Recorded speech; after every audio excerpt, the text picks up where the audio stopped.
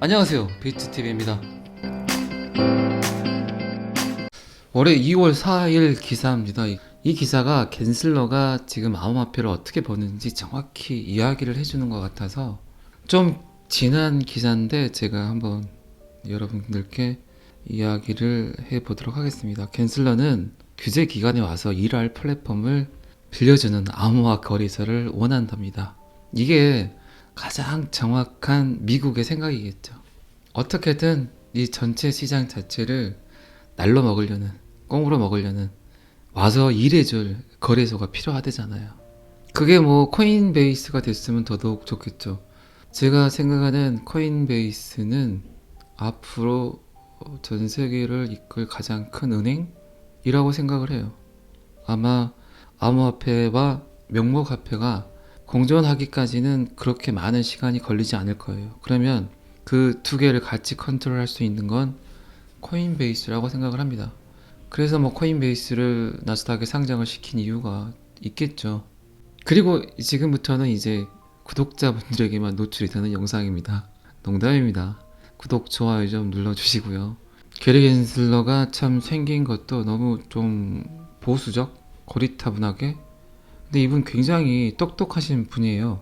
공짜를 너무 좋아하게 생기셨죠. 지금 머리가 없는 걸 보면. 특히나 암호화폐 같은 경우는 대학교에서 강의도 여러 번 했었고, 제가 이분 강의를 한 번 들은 적이 있는데 굉장히 많이 알아요. 그렇기 때문에 더 암호화폐 시장 자체를 꿰뚫어 보고 있겠죠. 그리고 이 사람이 내린 결론은 결국은 암호화 거래소를 통째로 먹으려는 그런 생각이죠. 미국 증권거래위원회의 게리 갠슬러 의장은 암호화폐 거래소와 대출 플랫폼이 기존 증권법에 따라 이 기관과 자발적으로 협력해야 한다고 제안을 했다. 암호화폐 자체를 SEC에서 규제하고 컨트롤하려는 그 자체가 이상하기도 하죠. 그들이 만든 시스템이 아니기 때문에. 그렇잖아요. 뭔가 금융 시스템 자체는 모처가 있고 그 모처에서 이런 시스템을 갖고 운영을 하겠다는 발표와 함께 그들의 규제를 받고 또 그들의 컨트롤 하에 있어야 되는데, 이건 암호화폐는 발주처가 정확지 않잖아요. 예, 갑자기 훅 들어와서 이렇게 큰 금융 생태계를 만들어 버렸으니까 이들 입장에서도 뭐라고 할 수 있는 그런 것들도 없고 뭐 해준 게 없기 때문에. 근데 지금에 와서 SEC는 모든 코인이 증권법에 따라야 된다는 주장 자체도 어폐가 있는 거죠. 충분히 말이 안 되는 이야기입니다. 이게 이제 권력이죠, 권력. 여기서 이제 하나의 더 힌트를 얻을 수는 있죠. 어쨌든 암호화폐가 인류와 공존하기 위해선 그 어떤 것이든 규제나 규칙을 따라야 하는 것이 분명히 필요하긴 하다. 제 생각에는 이 문구가 가장 지금 암호화폐 시장을 잘 표현하는 그 뜻 같습니다. 그냥 두진 않을 거란 말이죠. 어떻게든 암호화폐 시장이 지금 막 그렇게 깨끗한 것도 아니고 다단계 코인들도 많고, 그리고 뭔가를 하겠다고 공포를 하고 일 자체를 안 해버리는 회사도 굉장히 많고, 또 그것 때문에 굉장히 많은 소비자들이 피해를 보고, 이런 것들을 법적 절차에 의해서 규제를 좀 해야 되는데 아직 암호화폐나 블록체인에 무지한 시민들이 돈만 쫓다 보니까 이런 일들이 벌어지죠. 그런데 이제 SEC는 이런 문제점들을 항상 투자자 보호를 추구하려는 그런 목적을 갖고 있다. 그렇기 때문에 우리의 법을 따라야 된다라고 이야기를 하죠. 그리고 만약 그것이 더 큰 집행 조치를 취하는 것을 의미한다면 우리는 그렇게 할 것이다. 소비자들이 피해를 보고 일반 시민들이 뭔가 탈취를 당한다는 그런 느낌이 들면 지금 그 이상의 법적 조치를 취하겠다. 분명히 필요하다. 그래서 빨리 명확성을 띄워야 된다. 어떤 코인이든 법적으로 땅땅땅 얘는 암호화폐입니다 라고 확실하게 초등학교 교과서에 쓰여야 되고, 그리고 사전에도 명시가 돼야 되고, 전세계 최초의 암호화폐는 XRP 리플입니다 라고 써줘야 된다는 거죠. 그런데 지금 리플 같은 경우는 15개 정도의 전세계의 대학교들과 또 교류를 하고 있고, 블록체인 암호화폐를 잘 알리고 있고, 리플에 관한 데이터를 공부를 하고 있고, 이게 별거 아닌 이야기일 수도 있어요. 근데 리플이 만약 스캠이라든가 기술력이 딸린다든가 그리고 말도 안 되는 코인이다, 그리고 전혀 쓸모가 없는 코인이라면 그 유수의 많은 대학교에서 리플에 관해 연구를 하고 공부를 하고 또 거기서 연구한 것들을 리플로 보내기도 하고 이런 일을 하겠냐는 거죠. 그럴 일은 절대 없습니다. 제가 이런 류의 기사들을 많이 이야기를 하는 이유는 뭐 물론 리플의 호재라든가 가격 상승도 중요해요. 분명히 그런 뉴스들도 중요한데 가장 원초적인 가장 근본적인 거를 이해를 하시면 암호화폐 보는 게 편해요. 내가 지금 투자를 잘하고 있는가? 내가 지금 정상적인 투자를 하고 있는가? 이거 다 먹튀 아닌가? 이거 사기 아닌가? 언제든지 제로가 되지 않을까? 이런 걱정들은 조금씩은 하시죠.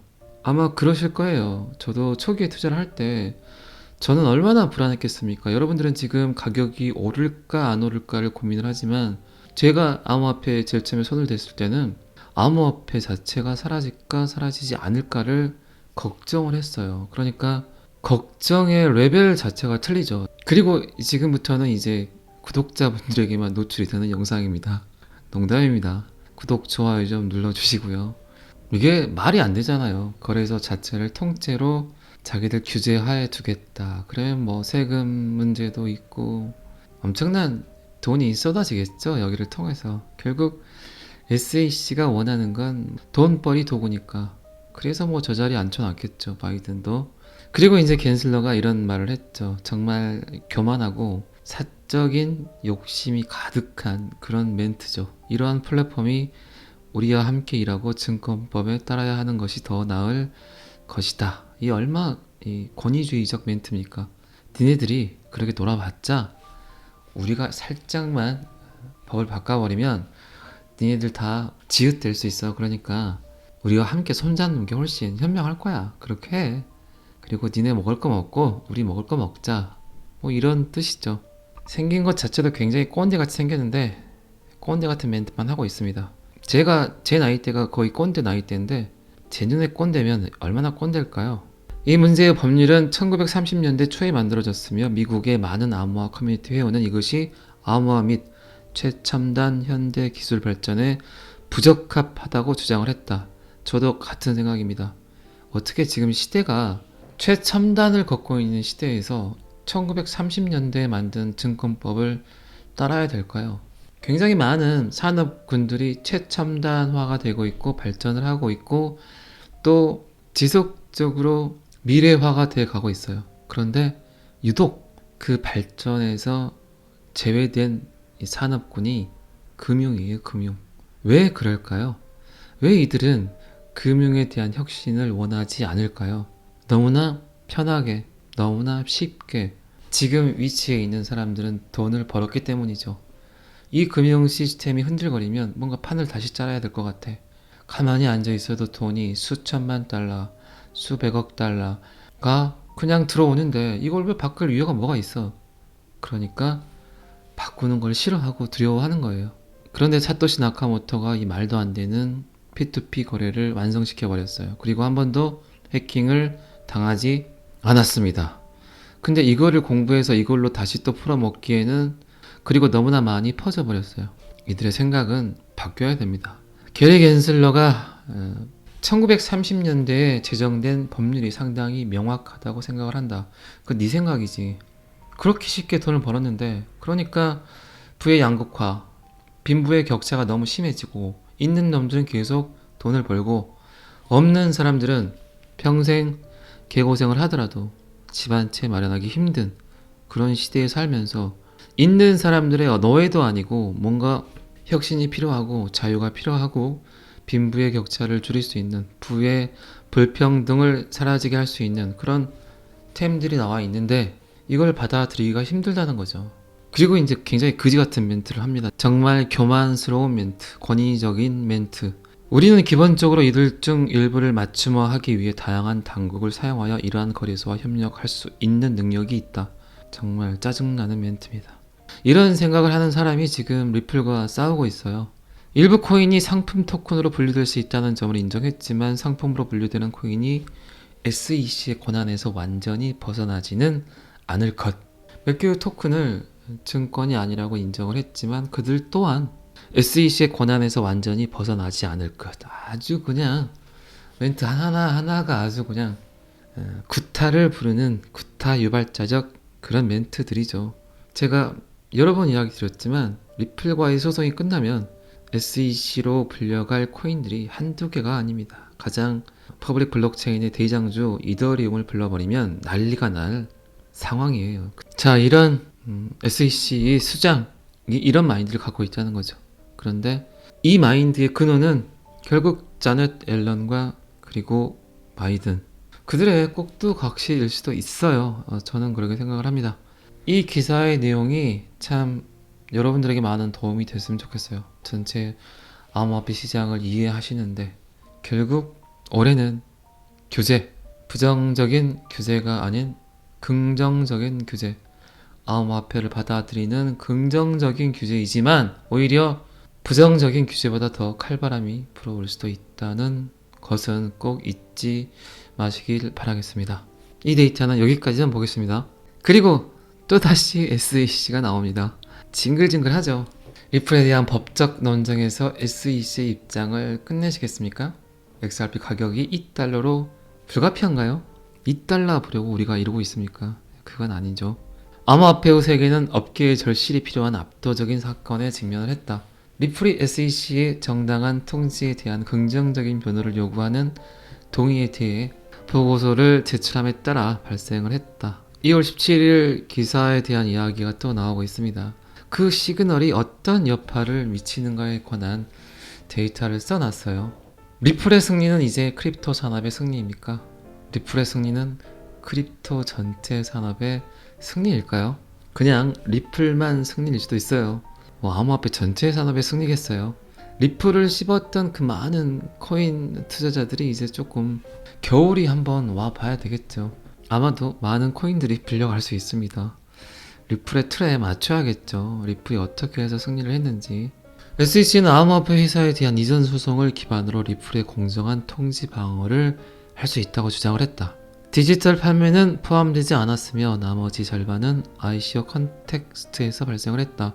XRP 암이든 전체적인 분위기든 그리고 미국의 대중 매체에서든 그리고 크리에이터들도 마찬가지고 그리고 차티스트들도 마찬가지고 굉장히 긍정적인 이야기를 많이 하고 또 사건 전반적인 흐름 자체가 2월 17일 이후에 굉장히 극적인 반전을 보이면서 리플 쪽으로 서서히 그 축이 기우는 것 같습니다.